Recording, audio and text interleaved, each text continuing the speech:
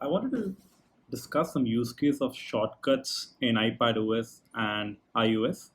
There are some things that I've been exploring for some time now, and I've found them to be really cool. So you can automate pretty much a lot of tasks on the iPad, and this can probably get you very close on a lot of things you could have otherwise done probably way easier on a Linux terminal. Let's say if you wanted to merge a few PDF files, or you wanted to convert an image across to a different format. So let's dive straight into it. And what you see on the screen is currently a split view between Safari and the shortcuts that I've opened up. I have created four shortcuts for now. I can very quickly show you, how trivial this is to work through some of the shortcuts. The first thing is an article on the left hand side. You see an article which I'd written along with a co-author on Bayesian optimization, which is something we do in machine learning to make machine learning models perform optimally. And I can just pull this tab and I see a plus sign appearing. I can just drop it. Oops, didn't work. Let me try that again. Plus sign appears, just drop it. Again, didn't work. Drop it here, and now it's going to read out this article loud. Many modern machine learning algorithms have a large number of hyperparameters. So it sound a little machine-like because that's what this is. While Siri has greatly improved over the past few years, but I think it's still not 100% human-like. So an important use case which I had when working with my co-author for this article was that I wanted to give feedback on this HTML. Now, I wanted to use my Apple Pencil. So if you look at this article, I wanted to basically use the Apple Pencil and point out different things and mention that, you might want to add an annotation here, or you might want to increase the label size, or the other kinds of feedback. So basically want a PDF out of this HTML page.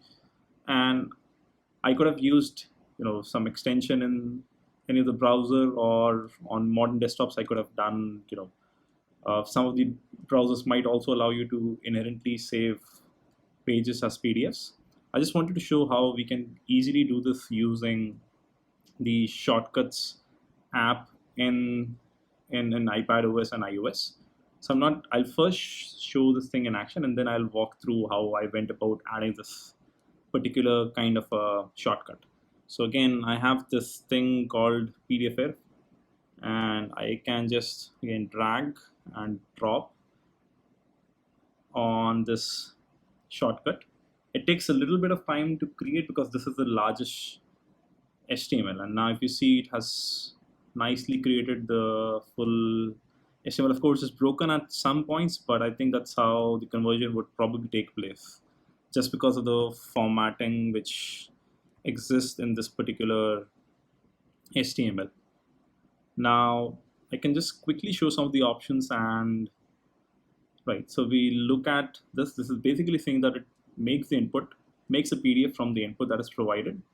If you click on the options, you can see that you can either include or exclude the margin. I had included the margin so that the pages look a little better. We could have also done this for a single page or a page range. And once this was done, you saw that we saw a preview of the PDF. So that's what this quick look action does. So basically, shortcuts are now a composition of these atomic kind of operations which exist. And to me, this looks fairly similar to what a Scratch-like IDE environment would be. And I feel this can be a very natural way of introducing programming to people who have never been exposed to programming. Okay, so this was uh, viewing the PDF, quick view of the PDF, but we never got a chance to save the PDF. So that's probably not very useful. So you could either create the PDF like this, you drag and drop on the PDF shortcut, and you could just click on the shared link, and then you could save it to files, and then you can just annotate the PDF. But that's probably not what I want to do. So maybe I just wanted to save it as a PDF file. So I've created another shortcut which is pretty much inspired by this particular shortcut. So let's view its content first. This makes a PDF from the input, and then it saves the PDF to the iCloud drive, and it asks where to save. So I'll first show this in action, and later on I'll show how we can create something out of this, create a similar shortcut. So now Save PDF says that it would like access to this. Okay, I grant the access to this particular website. And yeah, so now it's basically asking me where it wants to save, and I can save it on my home, or I could save it on, like I'm currently saving it on my iPad. I could also save it on my iCloud drive. I could save it on even the working copy folder, which I can just then directly synchronize over GitHub. I can save it on Google Drive also, because I've enabled all of these file options. For now, I just save it in home on my iPad, and this will get created. But the good thing about this PDF, the Save PDF tools, is that it's not only useful for just HTML pages. Pretty much anything which is easily convertible to PDF will work. So to illustrate the same, I'll open the File tab, the File menu, and okay. So if you see this, I've got a few kinds of things. By the way, this Exploring Bayesian Optimization PDF has now occurred. It's now been saved. You could also use the markup here, and you can use Apple Pencil to do the markup. And so I have this particular image, ABC, and this is currently stored on the iCloud Drive. I can again just click on this image and just save it as an image. And so in the current way, I'm just previewing it as an image, or I could just take it up here and just save it as a PDF. And let me say PDF ABC. That's, of course, the autocorrect still exists, and it will keep on bothering you, but let me just save it. Now it's saved as a PDF, and that was cool. So the other really interesting thing is that this can again work with other different kinds of files also. So let's say I can use an HTML file. So this is an HTML I created out of a Jupyter notebook. I again take it up here, and let me just preview it. I don't want to even save it. You see that it's now very quickly used in HTML and converted into PDF.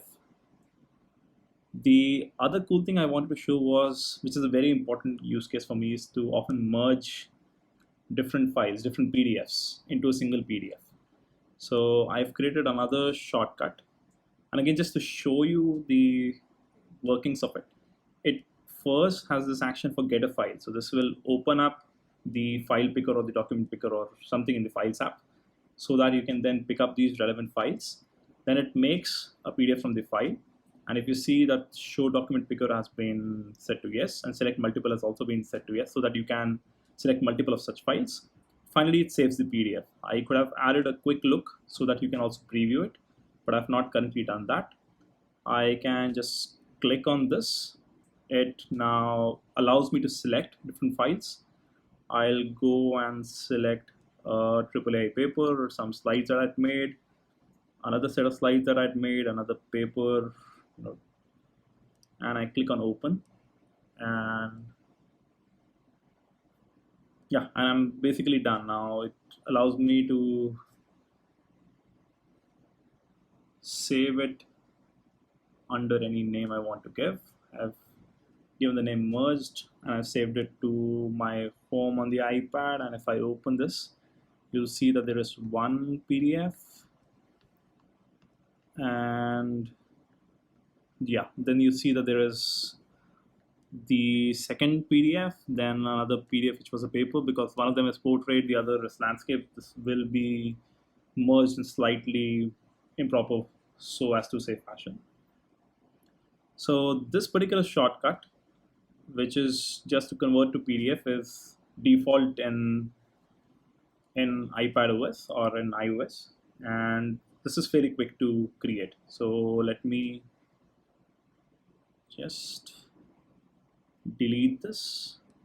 So I've deleted the PDF, and let me click on create a shortcut. On add action, I search for PDF. I get a make PDF.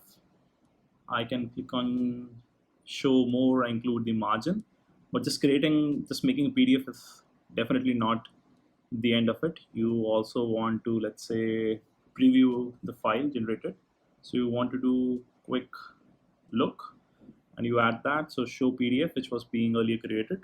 You can then save it, and that's it. I can just give the name as PDF, and I am done. So if you see now, if you can just click on this PDF, and again, it can, so again, if I give this HTML to this, can basically create a PDF and show the PDF. So quite a lot of use cases can be enabled by this. You can also use the context menu while sharing to use some of these shortcuts. And so I also envision it to greatly make the workflows a little productive, where you can convert all the files to a certain format. You can also then sort of easily export in formats that you can like. So with this, I'll just end this video, and this is more or less something which I just wanted to record so that I can fall back on this later.